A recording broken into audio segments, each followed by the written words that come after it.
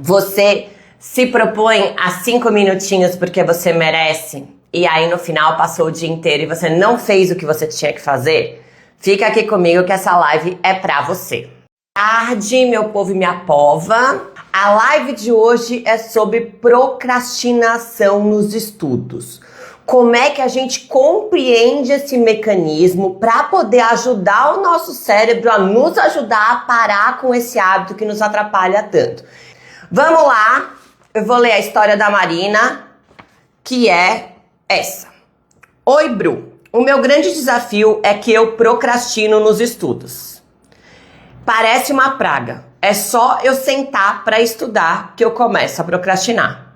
É como se houvesse uma barreira invisível entre mim e o que eu sei que eu tenho que fazer. Já tentei diversas estratégias, mas elas funcionam por pouco tempo. O que me derruba de volta é uma combinação de emoções, tédio, tristeza, estresse, e aí vem aquela voz que diz: você merece um descanso, são só 5 minutinhos, que na prática acabam sendo o dia inteiro. Isso me pesa muito porque tenho um objetivo real na frente. Estou me preparando para um concurso público com uma meta de estudo de 5 horas diárias. E às vezes não consigo sentar nem por 30 minutos. Eu fico me perguntando, dá para começar fazendo pouco quando a meta é algo tão grande? Ou o único jeito de começar pequeno é ir evoluindo aos poucos? Eu quero ser a pessoa que eu sei que sou capaz de ser. E a procrastinação está me impedindo de chegar lá. Você está nesse mesmo lugar?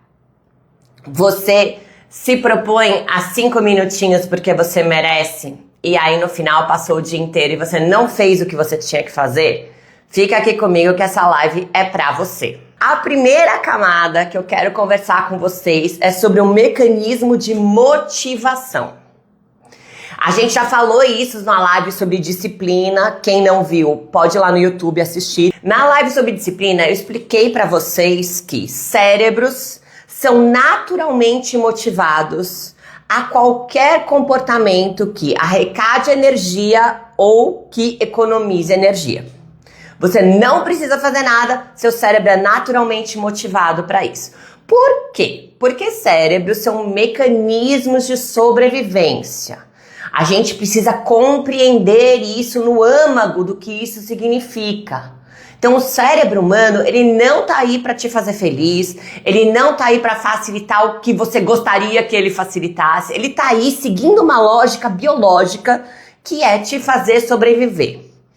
Essa lógica biológica, ela segue uma série de premissas. A primeira premissa é que qualquer comportamento que exija gasto energético para além do que foi previsto, ou seja, precisa de esforço, esse comportamento precisa ter uma recompensa. Ele precisa ser importante para a nossa sobrevivência, porque para que eu vou me motivar a gastar energia, fazer esforço para algo que não tem nenhum objetivo direto na nossa sobrevivência? Seu cérebro, ele pensa assim. Então, quando a gente quer se motivar para algo que exige esforço e esse esforço não traz um benefício direto e imediato, ou seja, não dá para ver agora, no aqui e agora, o prazer imediato de você concluir esse esforço, de para que você está se esforçando? O seu cérebro, o mecanismo biológico de sobrevivência, não vê motivo para fazer isso. Não vê motivo para ação.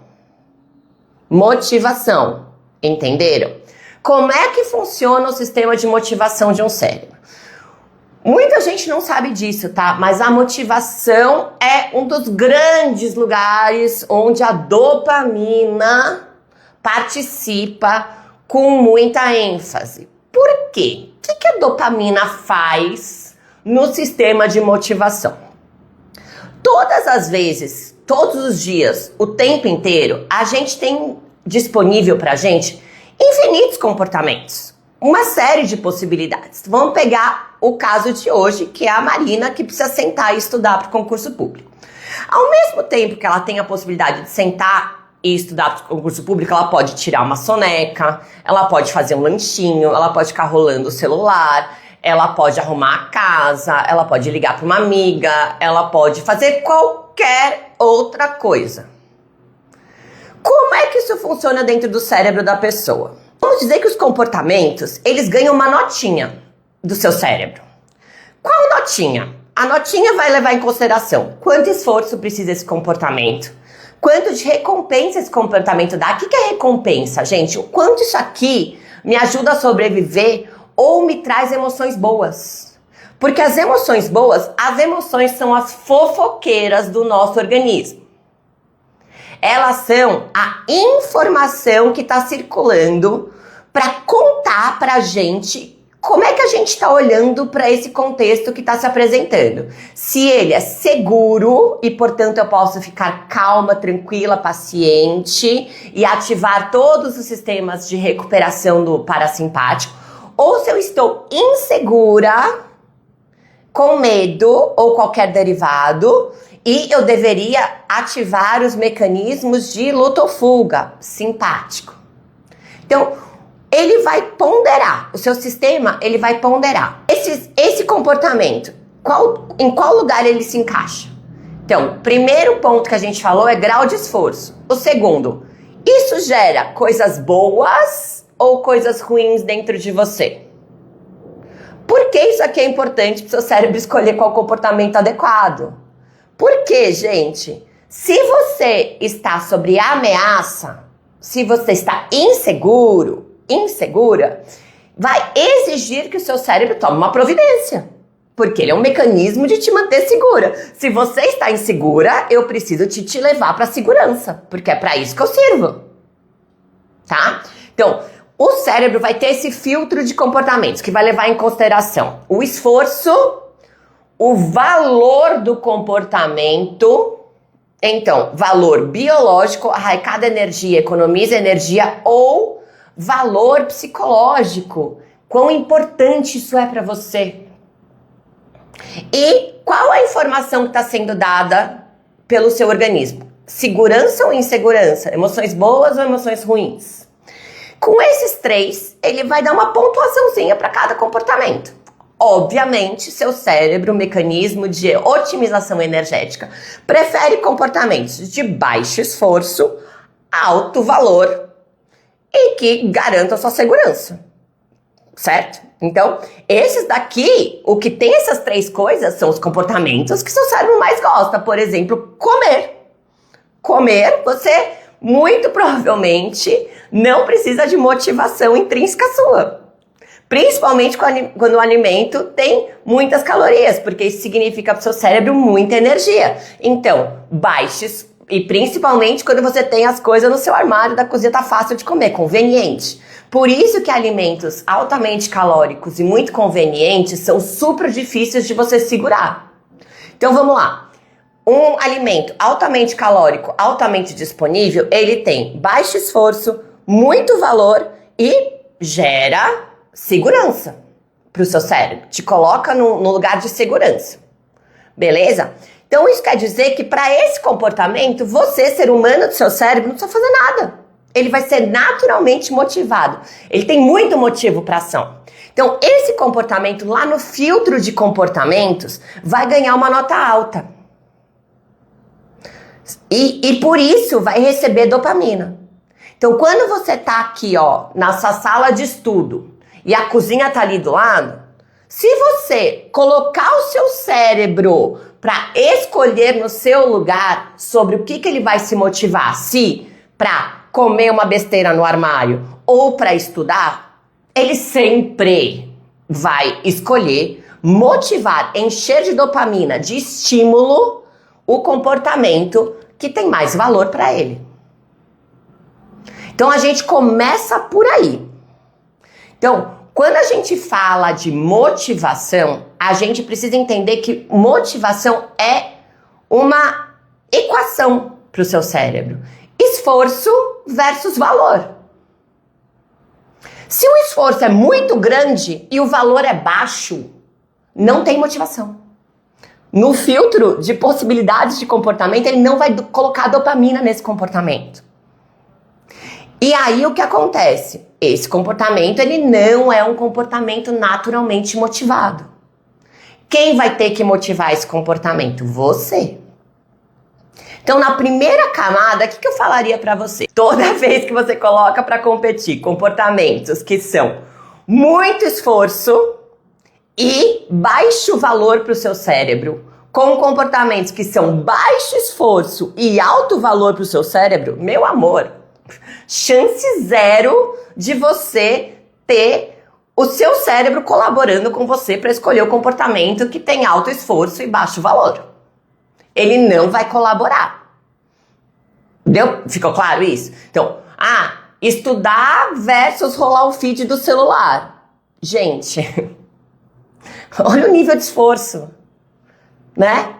Ótimo. Então, essa é a camada número 1, que é a coisa mais simples para falar de procrastinação. Mude o seu ambiente. Altere o ambiente onde você está fazendo aquilo que você procrastina, porque toda vez que tiver disponível coisas de baixo esforço e alto valor, o seu cérebro vai optar por elas.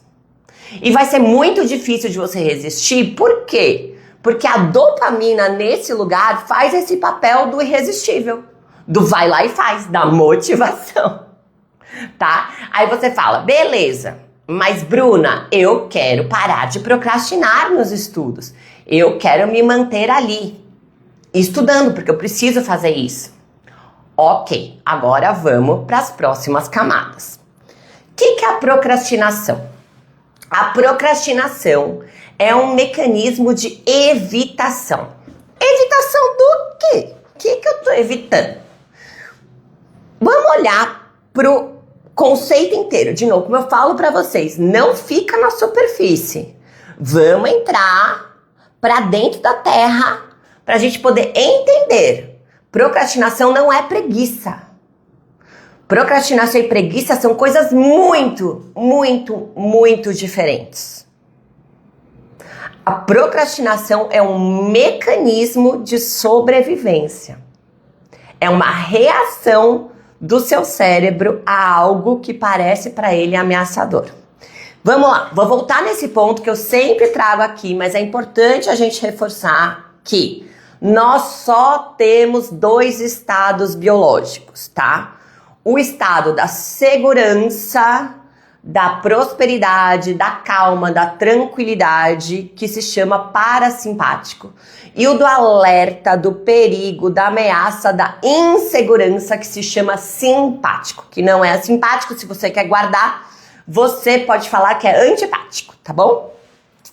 Toda vez que você está com as fofoqueiras chamadas emoções dentro de você, contando pra você que você está insegura, você está no simpático. Toda vez que as fofoqueiras estão contando dentro de você que você está segura, você está no parasimpático, que para o simpático. Vamos lá. Se a gente for pensar no geral, tá? Se eu tô falando que a sensação que eu experimento, cognitiva, minha capacidade de criar um conceito por detrás, de quando o meu corpo está no simpático, é insegurança. Se as emoções são as fofoqueiras do corpo, elas estão circulando essa informação para que seu dedo do pé possa saber ao mesmo tempo que a sua orelha que vocês estão inseguros e que providências terão que ser tomadas, quais emoções que seriam as melhores fofoqueiras para esse tipo de estado biológico fisiológico? As boas ou as ruins? As ruins, certo? Então, quando a gente está se sentindo seu cérebro está inseguro, se sentindo em incerteza, mecanismo de sobrevivência. Se eu sou um mecanismo de sobrevivência e eu estou inseguro e incerto, eu não estou no meu melhor. Eu estou precisando, eu acho que eu preciso fazer alguma coisa, certo? Eu estou em alerta. Se eu sou um mecanismo de sobrevivência e eu estou em segurança e calma, isso quer dizer que eu posso ficar de boas. Tá. Então você tá lá circulando emoções negativas dentro de você. Você já acorda lembrando que ontem você tinha que ter estudado 5 horas e você não estudou. Você procrastinou o dia inteiro. Então você já acorda na emoção negativa. Você já tá dando a informação pro seu cérebro que tá ruim. Então o que ele começa a fazer? Se tá ruim, eu preciso entender o que tá ruim. Pra conseguir lidar com o que tá ruim, pra gente poder sair do ruim. Concorda? Então vamos lá. Você acordou e você pensou, nossa, eu preciso estudar. Começou uma cascata de informações fofoqueiras falando, medo, insegurança, culpa. O que isso faz? Isso faz com que uma área do cérebro chamada amígdala, não fico falando o nome de área do cérebro, mas é importante para vocês entenderem, que identifica no contexto, isso aqui é seguro ou inseguro? Eu devo dar início a toda a reação em cadeia que me gera uma sensação de insegurança ou não? Eu tô aqui prosperando e posso ativar todas as áreas que são de recuperação e construção dentro do meu corpo, que ficam no parasimpático. Qual delas você ativou quando você acordou pensando, ai, ontem eu procrastinei o dia inteiro, ai, meu Deus, eu não posso fazer isso comigo, porque eu preciso estudar, porque se eu não estudar, eu não vou passar no negócio, se eu não passar no negócio, eu não vou conseguir ter dinheiro. O que tá circulando dentro de você? Emoções negativas. Então você contou pro seu corpo, através das suas emoções, que são as fofoqueiras do corpo, que o contexto onde você tá é inseguro. O que seu corpo vai fazer? Você acha que o cérebro, o mecanismo de segurança, vai virar pra você e falar, bora pro inseguro, motivada, vamos, motivação do talo pra gente lidar com o inseguro, uhul, incerteza. Não. Ele vai falar, ser humana, a gente precisa se proteger. Esse aí que você tá propondo é uma ameaça. E essa ameaça merece que a gente fique reativo a ela, autoprotetivo. Então vamos lá, você tá falando pro seu cérebro assim, ó, entendam que seu cérebro não tem construções próprias. Ele não é autodidata nas suas próprias construções de conceitos. Quem contou pra ele o que é ameaçador e o que não é foi você. Como? Qual emoção você vincula aquilo que você se propõe a fazer? Você está contando para ele. Quando você enche uma proposta de comportamento de medo, você está falando o quê pro seu cérebro? Isso aqui é inseguro. Isso aqui é incerto. E ele vai fazer o quê? Pelo amor de Deus. Então não vamos fazer isso aqui. Vocês entendem? Quando você enche de culpa, fracasso, frustração, tristeza, medo, ansiedade, o ato de estudar, você está dizendo para o seu cérebro que aquilo é ameaçador. Como é que ele vai saber que não? Como é que ele vai saber que aquilo, na verdade, é incrível, é maravilhoso? Não tem como. Ele só tem você de fonte de informação dele. Se você que está performando o comportamento está dizendo para ele que isso te dá medo, ele não vai questionar. Ele vai falar o que para você? Foge. Qual é a nossa fuga moderna? Procrastinação. Nosso cérebro é um mecanismo estruturado de maneira primitiva, vivendo no mundo moderno. Então, muitos dos mecanismos das respostas que o nosso cérebro tem são iguais de quando a gente era caçador e coletor. Quando a gente pensa assim, que a gente tem 2 sistemas, um ameaça, perigo e insegurança, o outro segurança, quando o nosso cérebro ligava o simpático, que é esse do alerta do perigo, quando existia algo tangível nos ameaçando. Então, antigamente, o contexto dizia pra gente se era seguro ou inseguro. O fora da gente dizia pra gente.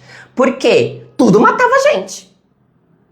Então, a gente recebia o sinal de alerta do fora da gente. E o cérebro vincula isso a como funciona para você entender se é seguro ou inseguro. Hoje em dia, o nosso simpático, o nosso estresse, o nosso alerta, ameaça, perigo e insegurança estão dentro da gente. As ameaças são todas psicológicas, elas não estão mais no contexto. Mas o nosso cérebro ainda tem esse princípio. Então, se você conta pra ele que você tá com medo, insegura, com ansiedade, ele olha pro contexto. Ele fala, mas por quê? O que tá acontecendo aqui fora? Pra deixar a gente assim? E aí ele vê o livro de estudo. Aí ele fala, é isso aqui que tá fazendo isso com a gente? Não pode, humana. Eu vou te proteger. Como eu vou te proteger? Não vamos estudar. Porque estudar é perigoso. Vocês entendem a lógica do seu cérebro? A gente precisa ter essa camada de autopercepção sobre como a gente está propondo as coisas pra gente. Pra entender onde a gente tá ligando o nosso cérebro, em qual tomadinha a gente tá ligando o nosso cérebro. Na que vai ajudar a gente a fazer aquilo que a gente precisa fazer, ou na que não vai ajudar a gente a fazer o que a gente precisa fazer. Procrastinação não é preguiça. Preguiça não é uma reação a uma proposta do simpático, de medo e alerta. Preguiça, ao contrário, é algo que acontece quando você tá relaxada. Quando você vai, né? Quando você está rolando tela do celular ou assistindo alguma coisa para não fazer o que você precisa fazer, isso não é preguiça, isso é procrastinação. Você está se distraindo. Por que vem a necessidade de se distrair? Por que fazer aquilo? Para que você vai fazer algo que te deixa insegura, minha humana amada? Vamos fazer as coisas que nos dão segurança. Sentar no sofá, ver Netflix, seguro pra caramba. Fazer lanchinho, seguro pra caramba. Rolar o celular, seguro pra caramba. Então, todas as distrações que o seu cérebro faz, porque você fala assim, eu, ao invés de estudar, eu vou fazer uma coisa super chata, que é como limpar a casa. Eu deixo de estudar e vou limpar a casa, que é super chato. Por que eu não procrastino limpar a casa e procrastino estudar? Porque, gente, limpar a casa é seguro. Qual a mensagem que tem ali? Você sabe fazer? É isso. Seu cérebro está buscando segurança. Você está dando segurança para ele. Então, a evitação, ela é um mecanismo reativo de insegurança, para insegurança que você está propondo para o seu cérebro, tá? E aí, o que acontece? Como é que isso piora? À medida que você procrastina, o seu cérebro entende o quê? Realmente isso é perigoso. Porque toda vez que você reafirma para ele que aquilo ali te enche de emoções negativas, você está dizendo para ele que essa ameaça é gigante, cada vez maior. E aí vai ficando cada vez mais difícil enfrentar essa proposta de comportamento. Certo? Beleza. Agora eu quero dar para vocês uma outra camada de informação. É a ciência da personalidade. Por quê? Porque a nossa personalidade influencia demais em como a gente reage a informações de perigo e insegurança dadas pelo nosso cérebro. A ciência da personalidade são as predisposições genéticas que você trouxe de facilitar ou dificultar alguns tipos de comportamentos. Então, no caso da Marina, que eu tô falando aqui, ela é uma pessoa cujo principal traço é a abertura a experiências. A abertura a experiências é o traço das pessoas curiosas, das pessoas inquietas, das pessoas que têm multiplicidade de interesse. A personalidade é 50% genética, 50% experiências de vida. Então, ao longo da sua vida, ou você retifica ou ratifica, ou você aumenta a expressão da sua personalidade ou você inibe a expressão da sua personalidade dependendo das suas experiências de vida. Do mesmo jeito da diabetes. Então você trouxe a predisposição à diabetes. Se você comer um monte de carboidrato na sua vida, você vai ativar esse gene. Se você é uma pessoa que não come muito carboidrato, faz exercício físico, gente, eu não sou especialista nisso, tô só dando um exemplo. Você não ativa. Então você inibe essa predisposição. E o mesmo acontece com a personalidade, como qualquer coisa genética. Então, a personalidade, ela tem isso. Então, o traço da abertura à experiência, ela é de novo, vou explicar isso. A personalidade é um espectro, é um contínuo, que vai de 0 a 100%. Quanto mais próximo das extremidades, mais esse traço vai falar sobre como você se comporta. Quanto mais intenso é o traço em você, mais ele participa dos seus comportamentos como um todo. Então, pessoas, por exemplo, como a Marina, que tem 75% de abertura à experiência, é uma pessoa que vai ser curiosa, inquieta, buscadora, intermitente em quase todos os aspectos da vida. Ela é aquela pessoa que começa as coisas com um monte de empolgação e depois não consegue sustentar essa empolgação porque perdeu o interesse. Então, a abertura à experiência, ela tem essa característica de você precisar se manter curiosa, você precisar se manter interessada nas coisas para aquilo ter uma predisposição a seu favor. O outro lado da abertura à experiência é a baixa abertura à experiência. Pessoas de baixa abertura à experiência são pessoas que gostam de rotina, de regras, de estrutura, de mais do mesmo. Então, por exemplo, uma pessoa de alta abertura à experiência, ela não consegue comer a mesma coisa todo dia. Uma pessoa de baixa abertura à experiência consegue, acha ótimo. Quanto mais prático, melhor. Tá? Como isso se aplica na questão dos estudos?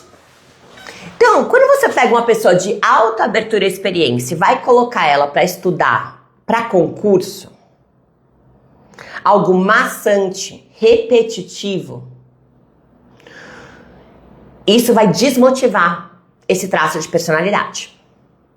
Então, compreender a sua configuração de traços para usar isso a seu favor é super importante na estratégia que você vai adotar para aproveitar as predisposições do seu cérebro e usar elas a seu favor e não contra você. Outro traço que eu quero trazer aqui que é super importante nessa questão da procrastinação é o que chama de sensibilidade emocional ou neuroticismo. A sensibilidade emocional, ela diz sobre a sensibilidade da sua amígdala para encontrar perigo no contexto. Então, uma pessoa com baixo neuroticismo vai olhar para um mesmo fato que uma pessoa com alto neuroticismo e não vê problema nenhum. Não vê ameaça nenhuma, não vê perigo nenhum. Então, a pessoa de alto neuroticismo, médio-alto neuroticismo, tem maior tendência a experimentar e ficar preso a emoções negativas, que são reflexo dessa identificação dessa amígdala mais sensível de perigo no mundo. Então, quando uma amígdala de alguém com médio-alto neuroticismo identifica algo ameaçador no fora, essa ameaça ela fica por mais tempo repercutindo no sistema. E quando a gente tem uma informação biológica circulando dentro da gente, quando a gente tem uma amígdala que contou pro hipotálamo que o que está acontecendo fora da gente é ameaçador, a nossa cognição, nosso cérebro vai tentar identificar por quê? Por quê? Por quê? Por quê? Por quê? E o neuroticismo tende a fazer você se fixar mais nisso. Então, pessoas de médio ou alto neuroticismo são mais ansiosas. São mais... têm mais fragilidade para lidar com emoções negativas. Permanecem por mais tempo nas emoções negativas. E isso é uma questão de autorregulação. Eu não vou falar disso agora, porque não é o objetivo da live, mas dá para você melhorar dessa manifestação do neuroticismo. tudo parte do princípio de que você precisa diminuir a informação de insegurança e incerteza para o seu cérebro. Porque ele só reage desse jeito porque ele está entendendo o contexto como ameaçador e incerto. Ok? Então, esses dois traços, no caso da Marina, a abertura à experiência, e ela tem um neuroticismo razoavelmente alto, ela tem 63% de neuroticismo, estão impactando diretamente essa procrastinação dela. Porque à medida que ela tem que fazer algo que não é super interessante, que não desperta a curiosidade dela, que não muda a rotina, que não leva ela a ter inquietudes, a querer saber mais, como ela está sendo exposta a alguma coisa que não faz isso, e ao mesmo tempo ela tem essa tendência a interpretar a insegurança, a incerteza como algo maior, a amplificar essas reações biológicas do corpo cognitivamente, ela vai desviar para a procrastinação com maior ênfase. O recurso da procrastinação vai ser mais usado por esse cérebro. O que a gente pode fazer para melhorar a procrastinação? O primeiro ponto que a gente precisa entender é assim, se você vem para mim e fala assim, vamos pensar junto, tá, gente? Pegando aqui a cadeia de raciocínio que eu mostrei para vocês, que a procrastinação é uma reação de evitação de um cérebro que está se sentindo exposto à incerteza e insegurança, porque você contou para ele que aquilo que você faz sentadinha ali com aquele livro é perigoso. Por que é perigoso? Porque só tem dois estados. Ou é perigoso ou é seguro. Se não é seguro, é perigoso. Qual informação está circulando dentro de você? Se está circulando medo, ansiedade, culpa, frustração, você está contando para o seu cérebro que aquele comportamento que você está prestes a performar é um lugar de ameaça. Então você está contando isso para ele quando você senta para estudar. E ele está fazendo o quê? Te protegendo. Te protegendo o quê? Falando, não faz. Então não vamos fazer. Qualquer outra coisa que te mantém em segurança é melhor do que alguma coisa que te deixa insegura. E aí você fala pra mim, eu não paro de procrastinar porque me falta disciplina. Ou me falta motivação, que é onde a gente começou a live. Motivação, esforço versus valor. Se eu falo pra você, vamos pegar a Marina aqui. Falo, Marina, você precisa se disciplinar pra sentar e estudar. Vamos fazer um plano de disciplina? Então você vai fazer assim, que horas você tem acordado? Você tem acordado às 8h30, você vai acordar às 7. Né? Porque pessoas disciplinadas, elas acordam cedo. Então você vai acordar às 7, você vai tomar um banho de água gelada para aumentar a sua liberação de dopamina, e aí você vai sentar para estudar, pegar um café e sentar para estudar. Primeira coisa na manhã, disciplina. E você vai sentar para estudar por 2 horas e não pode... O que acontece quando eu faço essa proposta para mim mesma? Lembrando, 2 estados, emoções boas, emoções ruins. Que tipo de emoção eu tô projetando aqui no meu sistema quando eu faço essa proposta? Que eu sei que eu não vou conseguir cumprir. Frustração. Culpa. Por quê? No primeiro dia eu faço, no segundo dia eu faço, no terceiro dia eu não dou conta. Não dei conta? O que acontece quando eu não dou conta de fazer alguma coisa que eu sei que é importante pra mim? Eu me sinto insegura.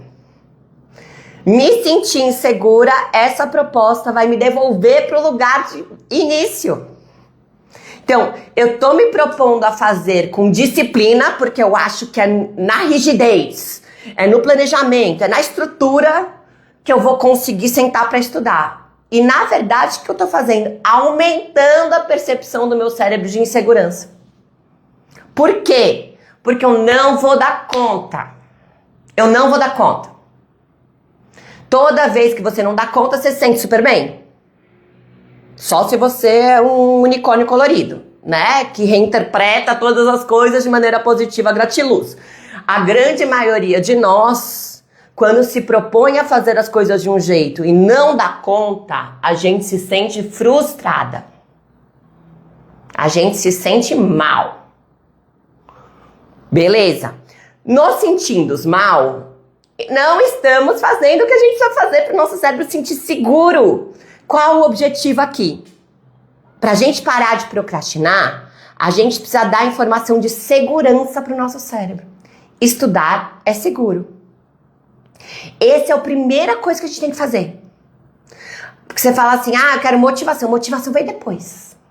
Vamos tentar também hackear o sistema de motivação. Mas primeiro, essa proposta precisa parar de ser insegura para o seu cérebro. Ele precisa entender que estudar não é uma ameaça. Quanto mais você procrastinou, maior vai ficando a sua percepção do seu cérebro de que aquilo é ameaçador. Então, o que você tem que fazer para conseguir passar a informação de segurança para esse cérebro? Fácil, pouco, pequeno, devagar, para poder fazer sempre. Volta para o nosso mantra. Também serve aqui.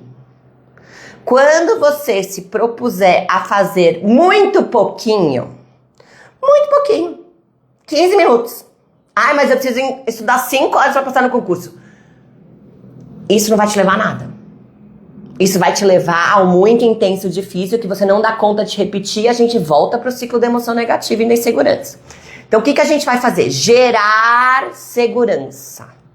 Gerar evidências de progresso. Gerar evidência que você dá conta. Que seu cérebro não precisa recorrer a outros comportamentos para te tirar da insegurança e te levar para a segurança. Ele pode ficar nesse de estudar. Então, o que você vai se propor? Você vai se propor ao que realmente dá para fazer. E aí você vai fazer assim. Vou estudar 15 minutos por dia. Sentou para estudar, começou aquele impulso. E é um impulso, gente, porque o comportamento de te levar para a segurança é um comportamento altamente motivado. Comportamento com muita dopamina. Então, ele é difícil de segurar. Ele é um impulso. É uma reação automática. Tá em perigo, deixa eu te tirar do perigo. Imagina isso, de novo, cérebros primitivos vivendo no mundo moderno. Imagina que você tá num lugar que é perigoso. Você acha que seu cérebro vai ficar assim? Será que temos que calcular a quantidade de perigo que nos fornece um animal? Não, sai daí. Esse mecanismo do sai daí, ele também tá valendo para quando você senta para estudar, tá? Então, como é que você vai vencer o mecanismo do sai daí? 15 minutos por dia de estudo. E aí, eu vou te dar uma dica muito importante. Usa a sua personalidade para te dizer como é que você vai se propor esses 15 minutos. No caso da Marina, que é muito aberta à experiência, a minha proposta para ela é que ela pegue a matéria que ela mais se interessa de todas, que ela tem que ler, a matéria mais interessante para ela, que ela realmente tem curiosidade, começa por ela. A gente tem essa maluquice de falar, não, eu vou começar pela mais difícil, que eu menos gosto, porque se ela for a primeira, depois eu vou aliviando. Não. Isso vai te dar informação de insegurança. Então, o que você faz? A Marina me falou que gosta de português, dentro das coisas que ela está estudando, e que ela não gosta de recursos materiais. Eu falei, não começa por recurso material, começa por português. Você vai estudar o que você mais ama de tudo que você tem para estudar, o que mais te interessa. Abertos à experiência, precisam se interessar por aquilo que estão estudando, para gerar motivação, porque o interesse aumenta o valor percebido do comportamento, diminui a percepção de esforço do seu cérebro, maior motivação. Então começa pelo que você mais gosta. Ela vai sentar e vai estudar 15 minutos. Se propôs a estudar 15 minutos, segunda, beleza, terça, beleza, quarta, não conseguiu, o impulso de fazer outra coisa foi maior, 15 minutos tá muito, tá grande. Tem que dar pra fazer todo dia. Porque o que a gente tá tentando gerar, eu me proponho e eu consigo. Consegui de novo. Consegui de novo. Consegui de novo. Isso que a gente tá querendo gerar. Porque isso vai dizer pro seu cérebro, poxa, isso aqui nem é uma ameaça. É fácil. Eu tô aqui achando que é difícil pra caramba, gente. É fácil. E aí o seu cérebro vai diminuir a resposta reativa e impulsiva de buscar te levar pra segurança. Ele vai te permitir ficar no estudo, sem querer procrastinar. Mas tem que gerar. Aí beleza. Então passei pra 10 minutos. 10 minutos. Quarta consegui. Quinta consegui, sexta consegui, sábado consegui, domingo consegui. Maravilha! Aí segunda, eu tento 15. Consegui. Mais uma semana de 15. Não vai pular para 2 horas. Não pula. Porque 2 horas você não vai conseguir. Voltamos para as emoções negativas. Então, 15. Beleza. Outra semana, meia hora. Quando você tiver com meia hora todo dia, cara, você já vai estar brilhando. Porque meia hora estudando todo dia é bastante tempo. Não se iludam, gente. Cérebros não conseguem prestar atenção em algo por mais de 40 minutos direto, sem precisar de uma pausa. Isso é uma lenda. Não existe ninguém que é produtivo 5 horas por dia. Aí, meia hora... Aí você vai se dar a permissão de aumentar o grau de recompensa desse comportamento. Então, estudou meia hora, você vai associar isso a alguma coisa que você gosta, que é gostosa para você. Então, aí você vai tomar um banho quentinho, aí você vai tomar um café da manhã gostoso, aí você vai... Qualquer coisa, gente. Ficar rolando o feed do celular, que eu não recomendo, porque, ó, quando a gente tá estudando, usando o nosso poder cognitivo para aprender, a atenção e o foco são necessários. Se você vai usar no relaxamento, no momento que você tá dando um espaço pro seu cérebro respirar, o rolar o feed, você tá estimulando mais, não pausando. E isso vai fazer o sistema entrar em curto-circuito. Então, não use como recompensa rolar o feed. Use outros comportamentos. Tá bom? O que vai acontecer, gente? Uma mágica. Estudar vai começar a ficar prazeroso. Por quê? Você está estudando o que você gosta, você está se propondo a fazer e conseguindo... E você está associando a um outro comportamento como recompensa desse esforço que é legal para você. Aí, você faz um outro bolsãozinho de estudo de meia hora. Fez o outro bolsãozinho de estudo de meia hora, com um intervalo de pelo menos 1 hora entre um e outro, tá, gente? Fez esse bolsãozinho, não deu conta? Volta e fica no anterior. Não se frustra. Não gera medo, ansiedade. Pensa assim, puxa, dei um passo maior que a perna. Só preciso voltar ao que eu tava brilhando. Não se desestimula. Por isso que eu falo, muito melhor a meia hora, os 10 minutos, os 15 minutos que você vai dar conta de repetir, que vai gerar informação pro seu cérebro de segurança sobre aquele comportamento, do que a meia hora, depois meia hora que você não vai conseguir fazer. Último ponto que eu vou trazer aqui. O valor do comportamento. Então, lembra, no comecinho da live eu expliquei que motivação depende de grau de esforço e valor do comportamento para o seu cérebro. Se você está propondo um comportamento que tem baixo valor para o seu cérebro, ou seja, não é comer nem descansar, você vai ter que intencionalmente dizer para ele por que isso é importante para você. Aumentar a saliência desse comportamento. E aqui lembrando, gente, não dá para aumentar o valor gerando emoções ruins. Porque senão você devolve todo o sistema para aquele lugar da baixa motivação. Porque seu cérebro vai te motivar a fazer alguma coisa que te faz mal, que te deixa insegura. Então, o valor não pode ser, preciso ganhar dinheiro, senão não vou conseguir pagar minhas contas. Isso não é valor. O que tem que ser? Puxa, a pessoa que eu vou me tornar para mim, ao conseguir fazer isso por mim, ela é foda. Eu gosto dessa pessoa. Pessoa é bacana. Eu quero ser essa pessoa. Esse negócio, cérebro, presta atenção em mim. Esse negócio aqui, ó, estudar, vai fazer a gente chegar nessa pessoa maravilhosa aqui, ó. Ela é foda. Essa pessoa aqui, ó. Então, isso aqui brilha. Brilhante. Vamos fazer isso aqui. Muito disso aqui. Porque eu quero ser essa pessoa maravilhosa pra mim.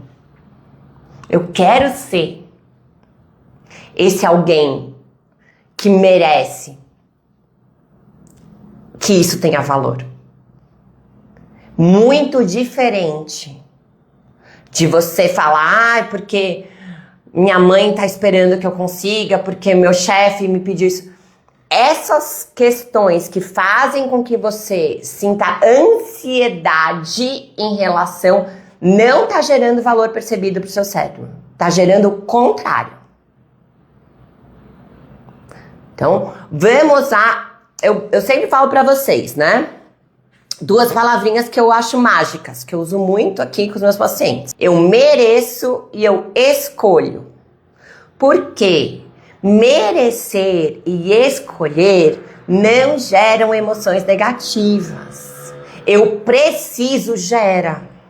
Porque eu preciso é uma resistência. Eu não quero, mas eu preciso. Quando você escolhe, você quer. Concordo? Então vamos usar essas palavras para ajudar a gente na maneira como a gente qualifica o comportamento que a gente está levando como proposta para o nosso cérebro. Como a gente fala com a gente faz muita diferença. Beijo todo mundo e até a minha volta.